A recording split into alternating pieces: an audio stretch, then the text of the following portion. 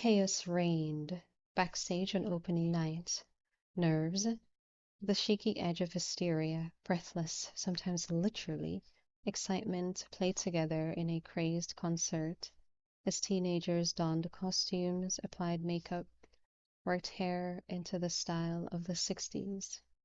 Dancers stretched, singers vocalized. Booth did his best to be everywhere at once. He calmed the nerves, dried a few anxiety tears, walked through queues with the crew and his stage manager. A peek from the wings showed him the house filling up, and filling up nicely. Among the familiar faces he saw Miranda, program in hand, chatting with Lorna and Seska. He heard the call.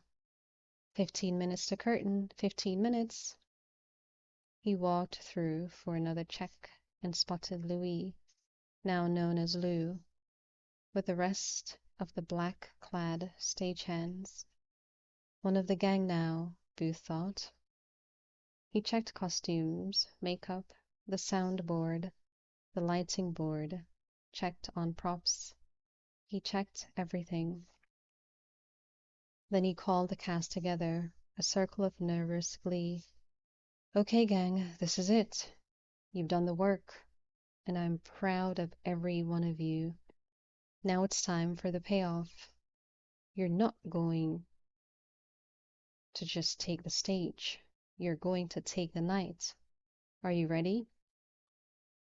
He got a chorus of, "Yeah, we're ready. Damn right," and stretched a hand into the circle's center. Hands joined, his slapped together. Are you ready? Louder now, hands gripping hands. Then take it. 3, 2, 1. Hands flew up on shouts. Places, he said, and took his own in the wings. He waited, watched his kids take their positions on stage.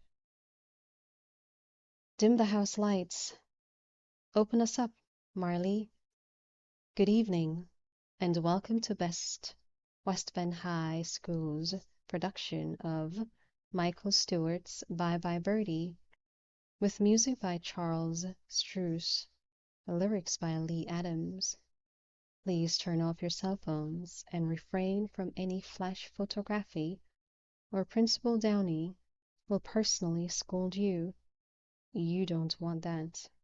Now sit back and enjoy the show. Curtain, Booth said, and knew every one of the cast and crew thrilled to the sound of applause. He cued the lights on Kim and her friend, opposite sides of the stage, old-fashioned phones in hand, for the opening dialogue. Then the ringing phone, the lights washing over the cubicle center stage. More applause, with voices rising over it. What's the story, Morning Glory? What's the tale, Nightingale? Booth thought, knock him dead. Controlled chaos now backstage as kids scrambled off. Stage hands hurried on for scene changes. He heard laughter from the audience at the right moments. Robust applause after every number. A couple glitches and mangled lines here and there, but no one in the audience would know it. He didn't relax until his Kim, and she shined so damn bright, finished the closing Bye Bye Birdie number, and the audience surged to its feet. Then he watched those glowing faces come out for the curtain call, one by one, or in pairs, line up together with that applause rolling over them. Join hands, take the bow, take it again and again. He walked on stage when the cast called for him, took a bow of his own. One down, he thought, as he helped reorganize costumes. 2 to go. He made sure all props had been secured, and turning out lights as he went, left by the side door. He found Miranda sitting on the low stone wall by the parking lot. I didn't know you were waiting. I figured you had your car. Lorna drove me in, and I didn't mind waiting. Not only a pretty night, but I'm still riding on the show. Pride had just swelled through him. They were great, weren't they? Really great. They were amazing. I've seen my share of high school musicals, Booth. I've been in my share. That was a serious cut above. They worked their asses off. She laid a hand on his arm as he unlocked his car. Take some credit. Oh, I do. I worked my ass off too. Worth it, he added as they got in the car. Seriously beyond worth it, but 2 more to go. The girl who played Kim, Alicia, does she have plans? Her parents hope she'll go into teaching. Is that what she does? Or hopes for? Not really. They're supportive, the dance lessons, the school plays. She's done some community theater in the summer, and they're good with it. I like to think what they saw tonight, because she slayed, will help them give her a chance to take a real shot at what she wants. I hope she gets it. They love you, your theater kids. They love you, and it shows. It's mutual. He pulled under his carport, glanced at the mudroom door. He unlocked it, reset the alarm. I don't know about you, but I could go for some wine. I just need to check something in my office. Then I'll get the wine. When she brought it into his office, she gasped at what she saw on the monitor. That's your house, outside the house. Laporte's people breaking into the house. Trying to, he corrected. They're not B and E men.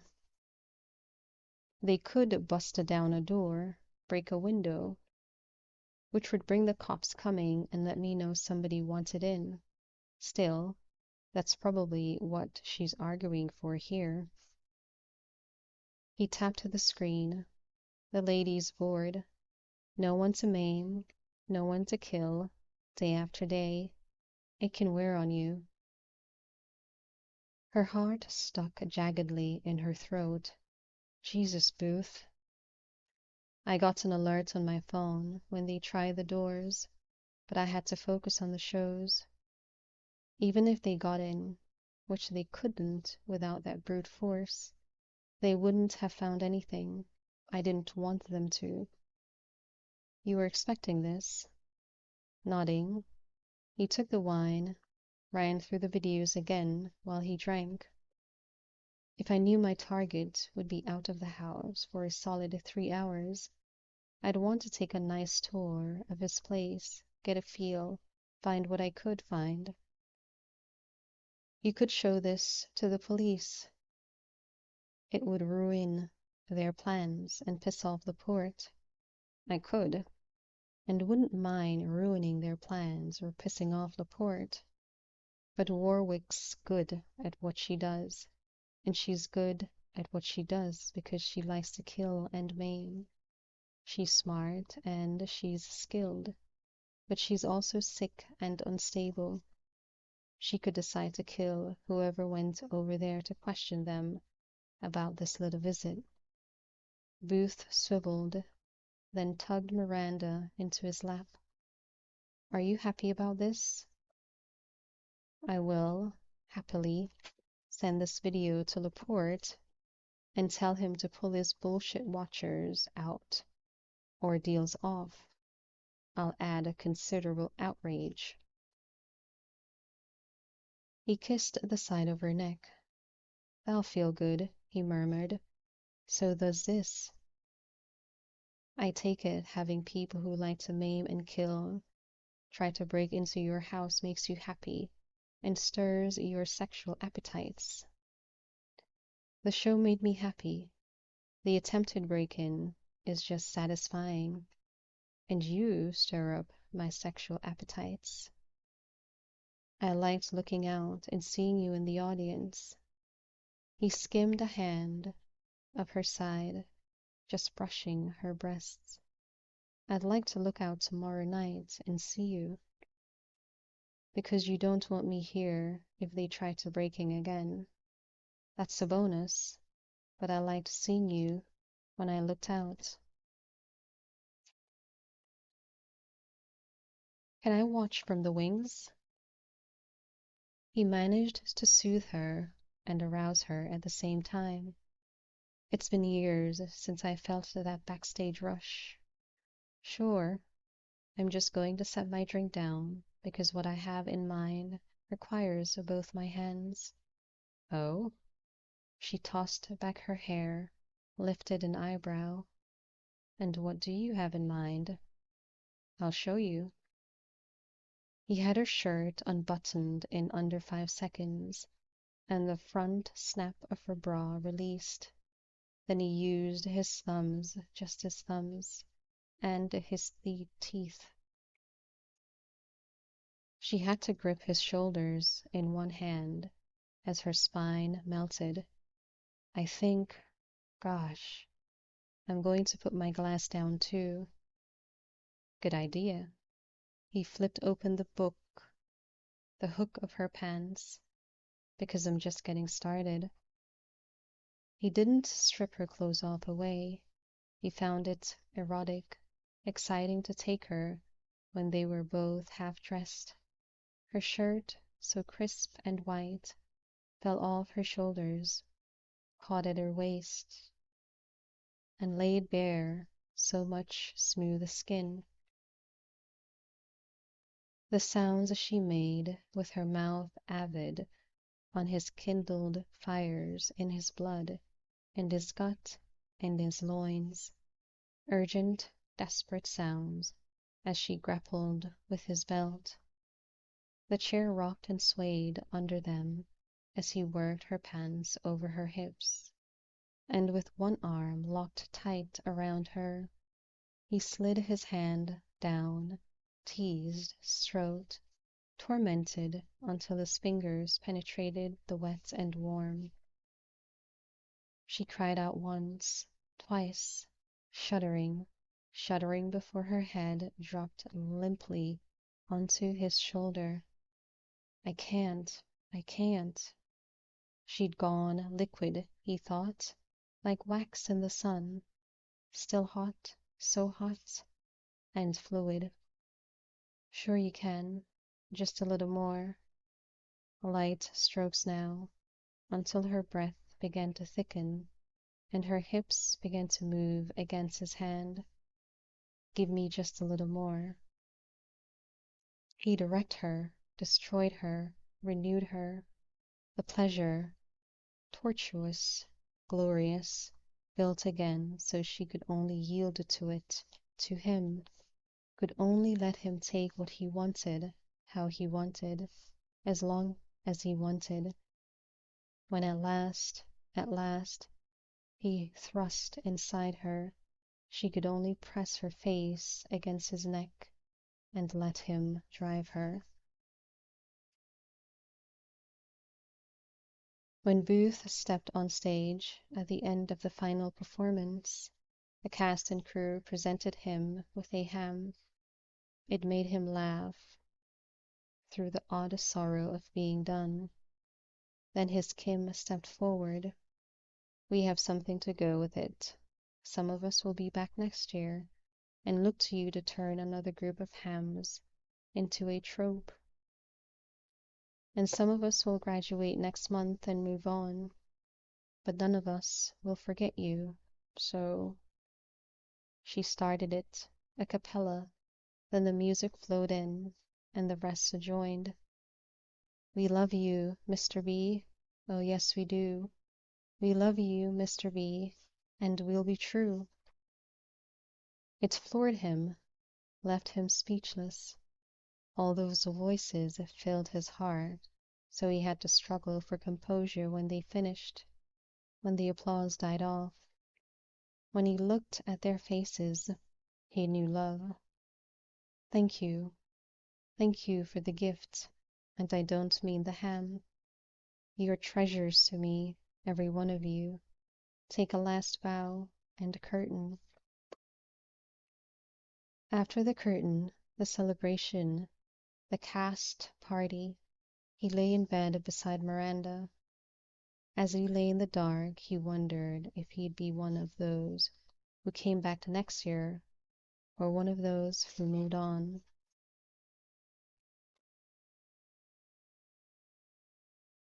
He had finals to prepare, but since he'd been there, done that, he had a lot more time to spend on the goddess and how he intended to steal her. He had the rest of the week before he put his first step into play, one he'd fully intend to take solo, but Miranda had other ideas. He considered ways to talk her out of it. All, he already knew, futile, as he took pleasure in one of his favorite spring after-school chores, mowing the lawn. He thought he'd blacken some chicken for dinner, serve it with riled rice and asparagus. Leaves had unfurled nicely in the woods, and azaleas had popped. People took advantage of warm evenings and had boats out on the river. The grassy mold smelled like summer, one of his favorite perfumes. He saw Celine step out of the woods, no camera this time, with a purposeful stride. He switched off the mower and met her hard look coolly. I'd say you heard from the boss. You think you're a smart guy. No, I don't. I know I am. I'm smart enough to know you can shoot me dead right here on my half-mown lawn with that gun under your hoodie. And I figure we're both smart enough to know if you do, you'll have Laporte hunting you until somebody puts a knife or bullet in you, and that would cut down hard on the projection of your career. You cost me 50 grand. You could look at it that way. Booth leaned casually against the lawnmower. Or you could look at it another. You're not stuck in that dump of a house for the next 2 months, give or take. And with an asshole like Canary. 50 grand, she repeated. Well, don't look at me. You got made. It happens. Suck it up, Celine. She stepped into him. I can wait until you do whatever Laporte wants you to do. Kill you then. Or I can take out that useless, red-headed slut. Her eyes changed, mild surprise, as his did. She didn't back up at the threat in his, but neither did he. Do you know my rep as well as I know yours? If not, do some research. You hurt her. Give her a goddamn hangnail, and I'll hunt you down. I'll never stop, and you'll never find me.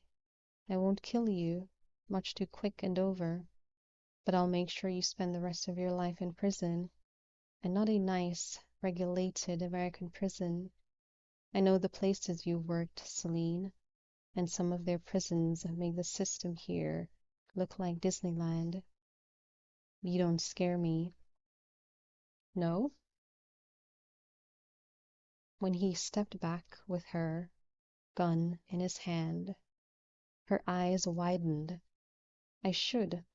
I could kill you here and now, bury your body in the woods, and lay it out so the fingers point at Canary.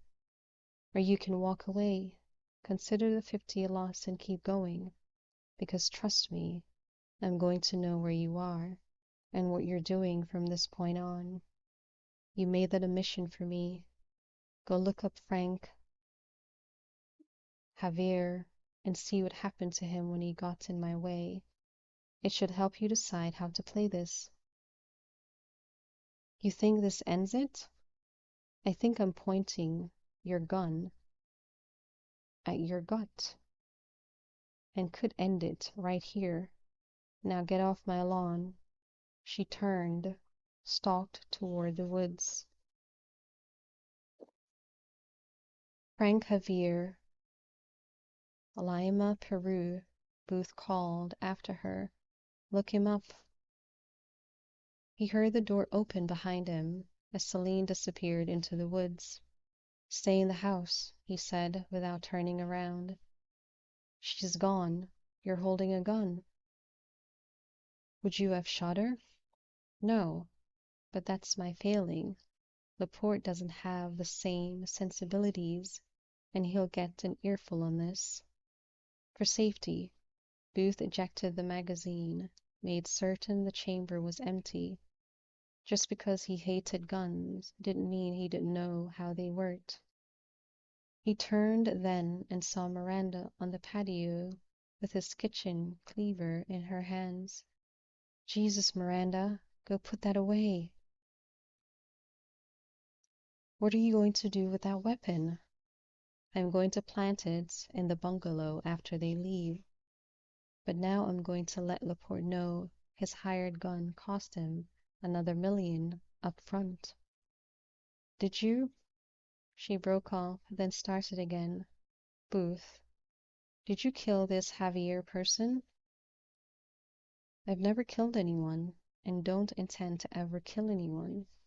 He walked to his garden shed to stow the gun and the magazine separately.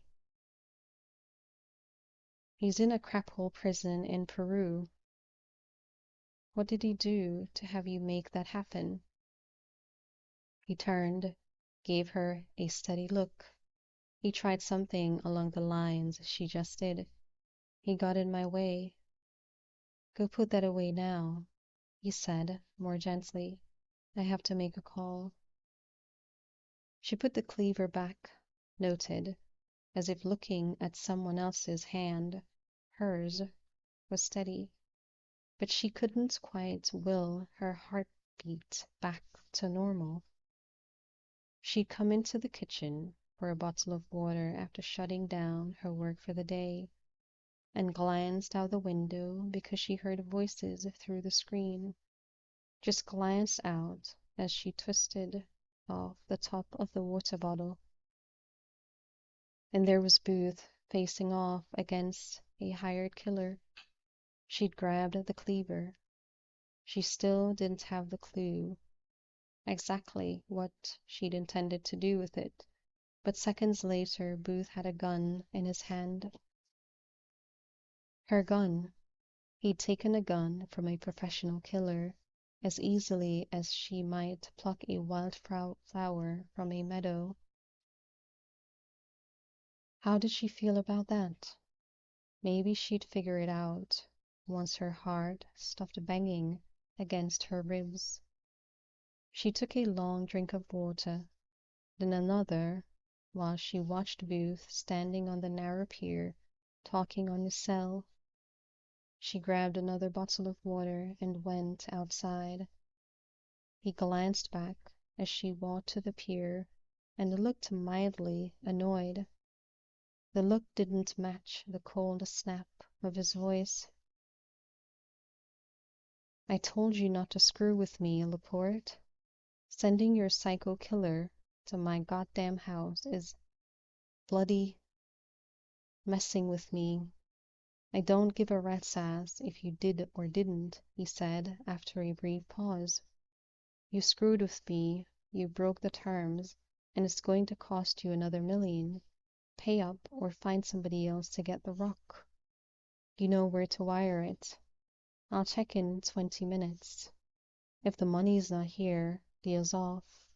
Oh, and if she comes back here, they're going to find her body on your bloody doorstep. Count on it. He broke the connection pocketed his phone, then took the water she held out. You couldn't just stay in the house for 10 minutes? If she comes back to kill you, I don't think hiding in the house will stop her from coming after me. She won't touch you. Just you? She won't come back. She's done here. Behind him, a bird swooped low over the river, then winged skyward again.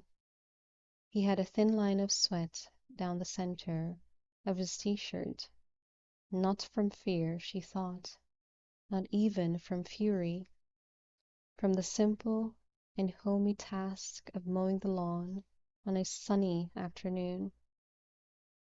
How do you know she's done? Because the satisfaction of killing me isn't worth having Laporte hiring someone to kill her. And when the job's done, she'll be in prison. How do you know that? Unless Laporte has her taken out first, I'm going to make sure of it. Like you did with this Javier? Yeah, like that. I've got to finish mowing the lawn. Miranda just put a hand on his chest. Tell me about Javier. I have a vested interest, Booth. If you hadn't taken the gun away from her, she might have used it. You said he got in your way. How? He's a third-rate thief who tried to frame me for one of his jobs. Sloppy job, as most of his tended to be, and he put the man who wasn't supposed to be home that night in the hospital. Told the guy he was beating half to death he was a chameleon, and topped it off by calling in an anonymous tip. He paused, tipped back the water, and drank. Weak because sloppy and physical violence isn't my style, but it brought some heat, so I hired him. You hired him? A wealthy Peruvian named, what did I use? Right, Alejandro Vega, and I also purchased the 12-carat diamond solitaire he'd stolen from the man he'd beaten in the same meeting. I planned it and a couple other items in his flat and alerted the authorities to a break-in in progress.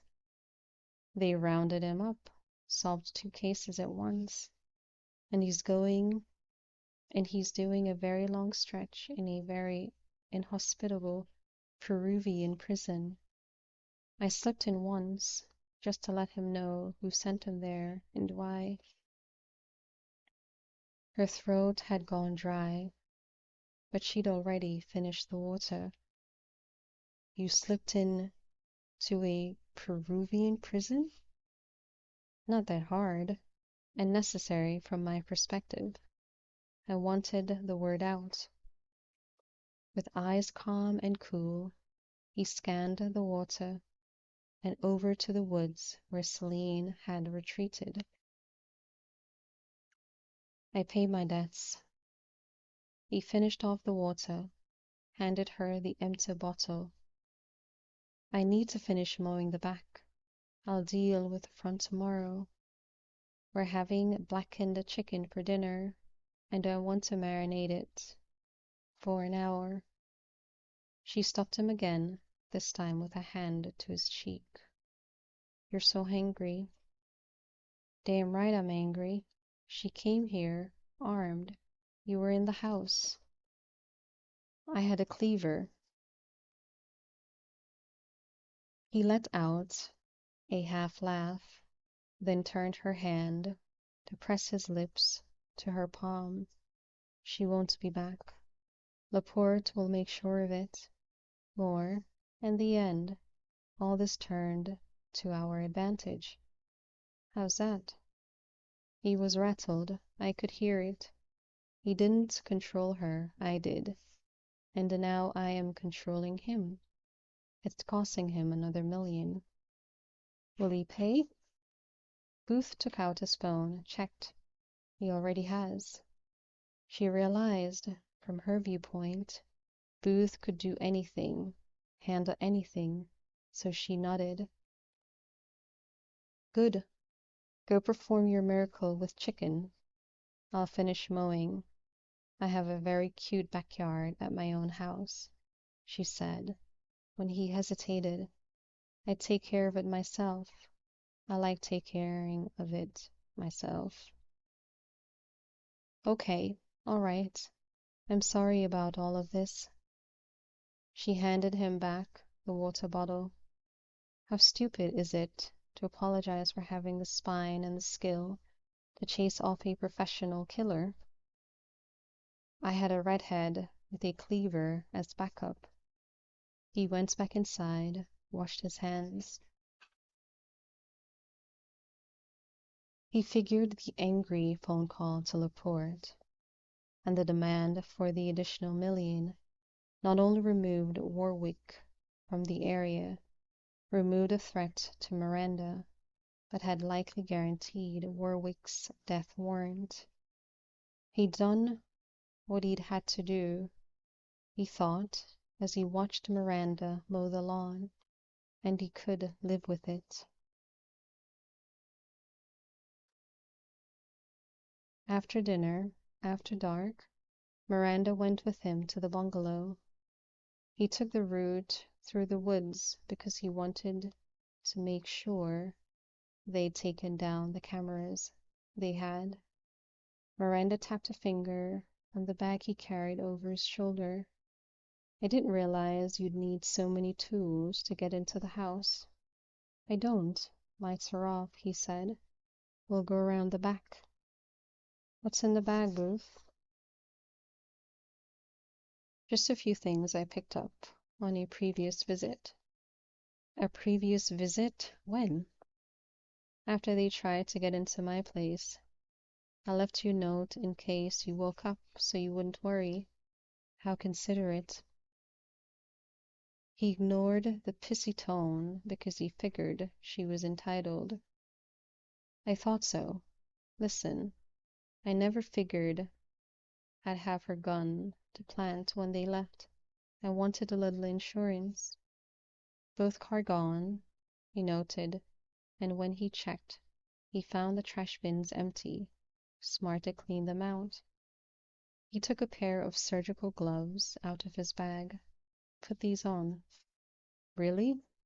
Why would anyone look for fingerprints? Because I'm going to give them some reasons to. He put on another pair, tried the back door, didn't bother to lock up. Oh, disappointment rang in the single syllable. I was looking forward to watching how you get in. In this case, I just opened the door. After he did, he turned on the kitchen lights. She jumped back a foot. You turned on the lights. Leaving a light on is a lot less suspicious than a couple of flashlights bobbing around in a dark house. He walked through, pulled down the shades on the front windows, then took a survey. They really should put some money into this place. Kitchen drawer for the gun, I think. It's got your prints on it. I wiped it down, like they'd have wiped down the house before they left. But her prints are going to be on the magazine, and I was careful with it. He opened the drawers, found one with a pitiable collection of plastic kitchen tools, and put the gun in the rear behind a slotted spoon. He set his bag on the kitchen table. So, what might people in a hurry to get out inadvertently leave behind? I got a few things out of their bins after they rolled them out the night before trash pickup. The beer bottle went under the sink. Beside, rather than in the kitchen can, the magazine found a home under the saggy living room cushions. He shoved an empty bottle of tequila in a dusty corner of an upper cabinet. He took out a single black sock and started toward a bedroom. He found that in the trash, in a basket of dirty clothes in the laundry area after I broke in. He tossed it under the bed. He retrieved a bright red sports bra, kicked it under the dresser in the second bedroom, then balled up a pillowcase from his bag to stuff between the washer and dryer. They were here, sleeping, when you broke in. It's what I do, Miranda. Stand back. He got out a second beer bottle, smashed it on the side of the table. Then he picked up one of the kitchen chairs, slammed it against the counter, and gave a satisfied nod to the little dent he left in the ancient formica. Don't want to break my hand, he commented, and wrapped it in a thick towel before punching his fist into a hollow corridor. You're making it look like they had a fight, a physical fight, with just enough damage to raise some alarms. I'm doing the owners a favor, really. Insurance will cover it, and they'll get more out of the place with a half-decent upgrade. That's not why you're doing all this. He nearly made an excuse, but stopped himself. She deserved truth. This should get the cops going.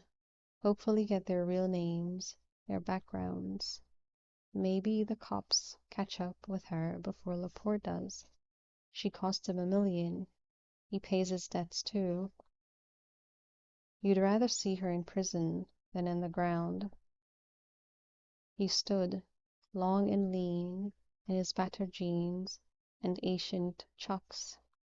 I would, but she chose her path just like I chose mine. She would have killed you and me, and she wouldn't have given either of us another thought. What happens to her now isn't your responsibility. No, but either way, I'm staging a fight, bringing trouble down on her and Cannery. All right. All in, Miranda thought, as she glanced around. What's next? We'll take more of the glass and wood away, like they tried to hide it, but we'll leave some behind. I figure they wiped the place down, but odds are they missed some spots. They're paid up. Who's going to care they took off early? So you don't worry too much.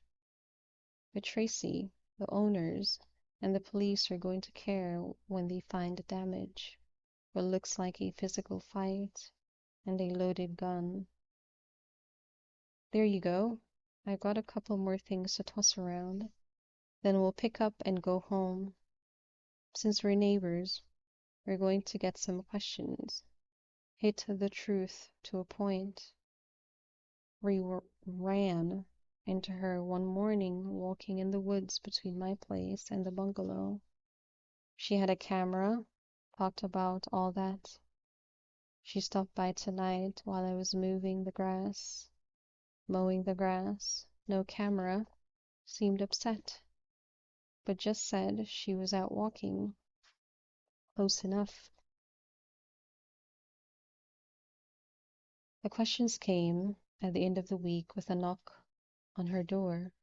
She'd come home to pack for the weekend in Georgetown, a trip Booth didn't want her to take. The knock interrupted her consideration of what to wear when meeting his aunt and his father figure, then going with him, like it or not, when he, well, cased the joint. Though she'd never met him, she recognized the chief of police when she opened the door. Sorry to bother you, Miss Emerson. I'm Greg Captain, Chief of Police. Oh, of course. She extended her hand, hoped it hadn't gone clammy. I wonder if you have a couple of minutes. Sure, come in. Is there a problem? Might be. It's about your neighbors down the road. Neighbors? Oh, sorry, sit down. Can I get you some coffee? I appreciate it, but I won't keep you long. He did sit, smiled, a rather disarming smile. Can you tell me the last time you saw the couple who rented the bungalow? The little place on the other side of Sebastian Booth's? You know Booth, right? Yes, I know Booth. She put a laugh with it. I imagine as police chief you're aware Booth and I are seeing each other. But as for the people in the bungalow, I'm not really sure. I've never met him. Booth and I did meet her. We were all taking a walk. We were all taking a walk in the woods one morning, not sure when, 2 or 3 weeks ago, maybe. She was out taking pictures. Has something happened? I can't say. Tracy, you know Tracy, got worried when she heard they'd missed 2 trash pickups this week. It looks like they've packed up and gone. Oh, that's strange, isn't it? She seemed excited to have the chance to take photos. Wildlife photos, she said. But, you know, I was at Booth's the other night. I think Monday night evening, she corrected. She walked over while he was mowing the lawn, the back. I saw her out to the window and wondered if I should offer her a drink, but she left. Booth mentioned she seemed upset.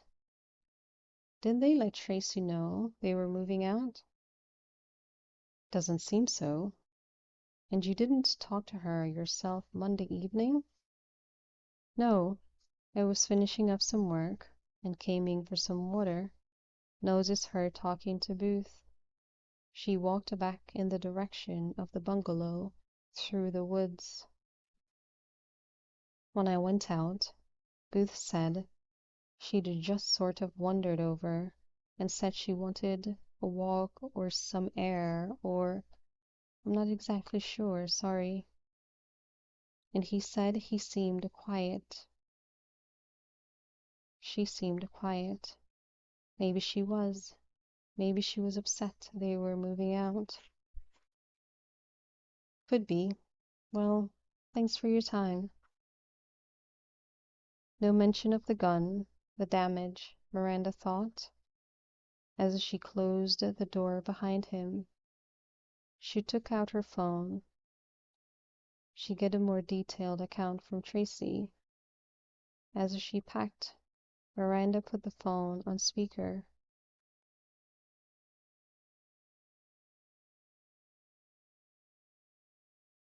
And when they didn't answer their phones, I drove over.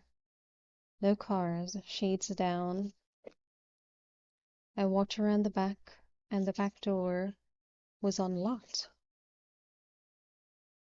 When I went in, I could see something was really wrong, Miranda. It looked like they had a fight, a real fight. Oh my goodness. The black dress, she decided, in case they went out to dinner. One of the kitchen chairs was missing, and I saw some broken pieces of it under the table. Broken glass, too. And there's a big dent in the broom closet door, like somebody punched it. That's awful. Do you think he hurt her? I don't know. I just don't know. But I can tell you I don't think they slept together. I think they slept in separate bedrooms. They took their trash off with them. Who does that? But they missed some things. Beer bottles, a tequila bottle, all empty. I think one of them might have been a closet drinker. She let Tracy vent it out while she finished packing. I hope you find out what happened, and you've got to let me know when you do. Count on it. I'm heading out now, Booth. I'm heading out now. Booth and I are taking a weekend getaway. Romantic. I hope so. I'll let you know if it lives up to my hopes when I get back. Good luck with the case of the missing tenants. Have fun. Miranda loaded her suitcase, her laptop, her purse, into the car. She'd wait for Booth at his house. It would be harder for him to come up with more reasons she should stay home if she made it a fair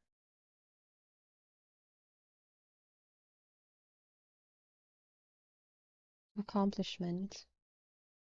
He tried. I'm starting to think you don't want me to meet your aunt or Sebastian. We'll go to New Orleans when this is finished and you can meet them.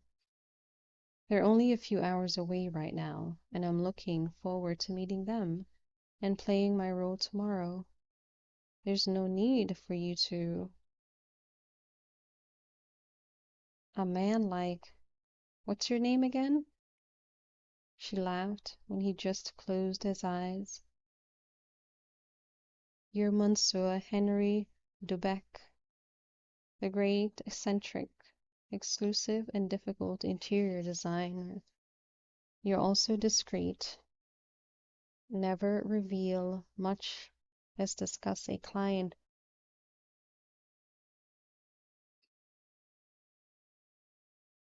I am a Mademoiselle Marguerite Gavier, your faithful and long-suffering assistant.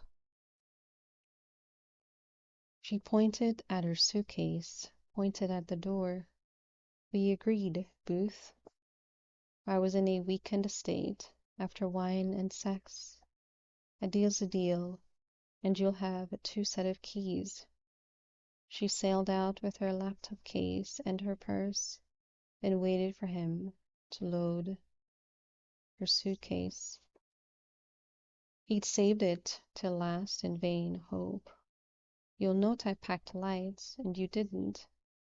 Debec and Gavier are in those bags. She got in the car, smiled as she put on her seatbelt. See? You knew I was coming. Apparently. We can go over my character again, but first, you never told me how you got Regal. Stupid name. Regal Montjoy, Allen sees a newish trophy wife to buy it on the back. Newish trophy wives, logically, want to put their stamp on spaces previously decorated and occupied by the ex, and they have a connection in France, an important woman with a connection to a connection of Regals. She planted the seed for me. A past lover? No, a former client. Miranda settled back for the drive, and whatever the hell it said about her, she no longer cared. She loved his stories. You stole for the Frenchwoman. I reacquired her property. Her great-grandmother was an artist of some import. The Nazis stole a portrait of my client's grandmother, one of her grandmother as a young child. Her grandmother survived the Holocaust. None of the rest of the family did. That's horrible. It's just horrible. My client wanted the portrait back, had exhausted all other avenues, then hired me. I took the job pro bono because Miranda laid a hand over his. Because She said if I ever needed a favor, ever needed anything. So she let drop to a friend of Regal's that DeBeck was coming to DC to meet a client, a famous client, and intended to stay for several days. DeBeck was persuaded to meet with Regal and consider awarding her his great talent. Now the question becomes, how are you going to pull off playing convincingly a snotty French interior designer? I've done it before a few times, though DeBeck will retire after this one. You actually designed? I've been in plenty of fancy houses, ornate, minimalistic, retro, ultra-modern. It's just a matter of gauging the client, what they really want or expect. Talking the talk, doing the math. Math? You got the measure, Miranda. I did a place in Provence about 8 years ago. I went with modern farmhouse with some provincial touches. It worked. I made a fat fee and walked away with a 33-carat emerald necklace, 20 carats of white diamonds, platinum setting. Oh yes, she loved his stories. You decorated their house, then stole the jewels? I never steal from a client. This is the exception and why DeBeck will retire. I took it from a neighboring villa, then oversaw the installation of the azure linen drapes in my client's master suite. We were all shocked and horrified. I bet. She thought, as she often did, what a fascinating, complicated man she'd fallen in love with. She'd never been to Georgetown, so enjoyed the change of scene. The tall brick homes, the busy streets and mad traffic, the bright spot of shops and restaurants. It's like a town within a city, isn't it? It's got dignity, history, and action all together. I might like to spend some time here when we're not on a caper. He looked at her. A caper? It's a good word and stands the test of time. What do you call it? Work, he said simply, and pulled up to a small garage beside a lovely 3-story brick house. Flowers carpeted the tiny front yard on both sides of a low brick wall. The walk led to a trio of steps and a covered front door. The door flew open, and a woman rushed out, hair plum-colored, Miranda decided, flying. A tiny dog ran out behind her to stand on the top step and dance on its stubbly legs. The woman threw her arms around Booth, and when he wrapped around her, Miranda's eyes stung. Love, she thought, absolute and unquestionable. I missed you, pal. I missed you hard. I missed you. He drew back to brush a hand at her hair. What color's this? Jack Horner. Because? He pulled out a plum, Miranda finished, and earned a teary grin from Mags. With a wild laugh, Mags threw herself around Miranda. She smelled, Miranda thought, of Channel, roses, and fresh bread. You're the one, Mags murmured, then drew back. Mags, Miranda. Come in, come in. We'll let the men deal with the bags and have some of the wine breathing on the bar. This is Wiley, she added as they walked into the steps. The dog leaped straight into Miranda's arms, then stared up at her with bulging, love-drenched eyes. Oh gosh, you're adorable, isn't he? Mags led her inside while Booth just looked on in wonder. Sebastian strolled toward them, a dishcloth over one shoulder, his gray hair tied back in a tail as stubbly as Wiley's legs. Ah, bienvenue. Miranda not only got a hug, but a kiss on both cheeks. Booth needs help with the bags. Sebastian's made a feast. Max continued as she walked Miranda out of the foyer, down a hallway toward a massive great room with a glass wall of doors open to a paved courtyard complete with fountain.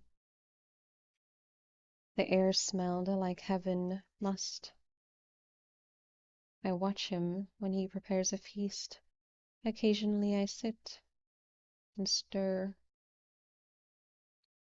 On special events, I may chop, even mince. That's what I do. Mags just beamed at her. Aren't we clever girls? Let's have some wine. The wine flowed, and the food kept coming.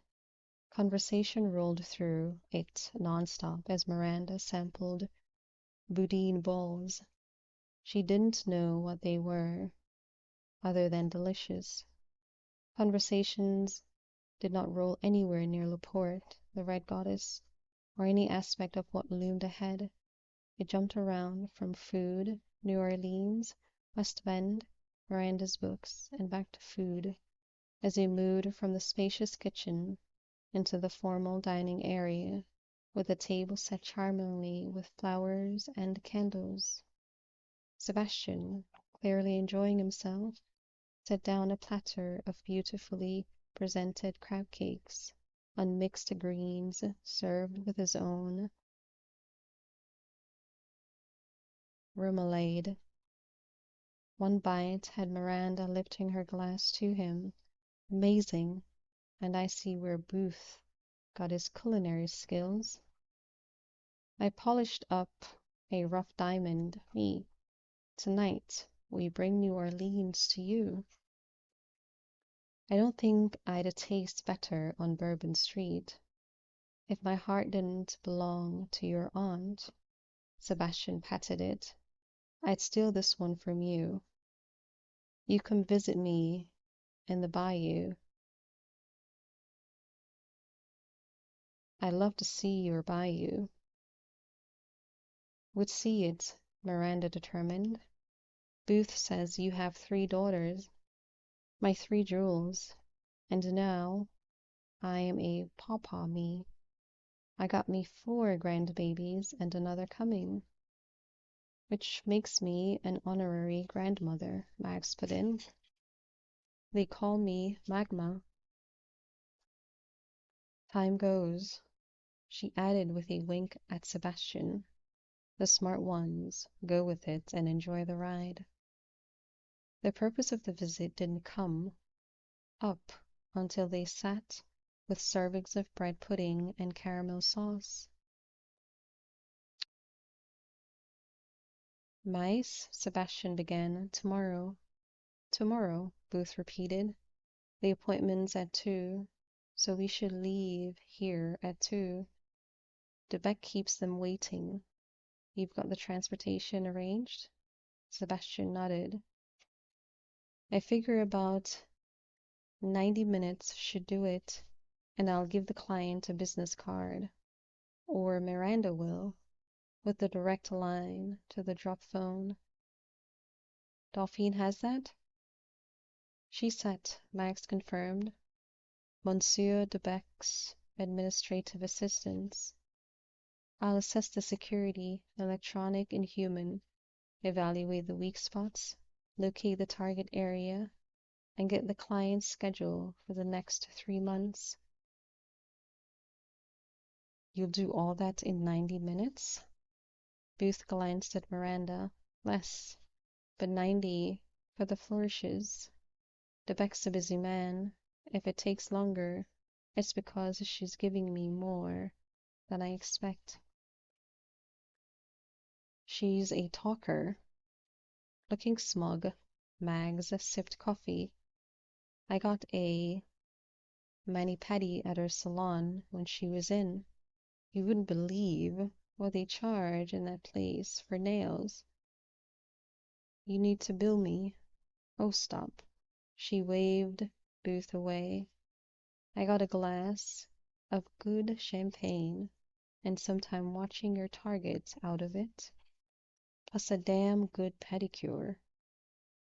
She brags, she name drops, and spends a lot of her time there on her phone gossiping with friends, otherwise flipping through fashion magazines. She struck me as about as deep as a puddle of rainwater, harmless and on the giddy side. Her oars got touches of brown with a rosy pink. She actually loves her husband, but his money sure doesn't hurt. Wait, Miranda's hand shut up. You read auras? Madame Magdalene sees what she sees, Max said, howling on the drama. Yours? Red, touches of orange and yellow, confident, direct, creative. You need as much as one to learn through experience. I could have told you all that without reading auras, Booth pointed out, and Mags fluttered her lashes at him. I'll add, you're a lucky bastard, pal. Those orange lights mean sexual as well as creative energy. And moving on, Booth said, as Miranda let out a quick laugh. The mark? Mags winked at Miranda. We'll talk later. Oh, yes, please.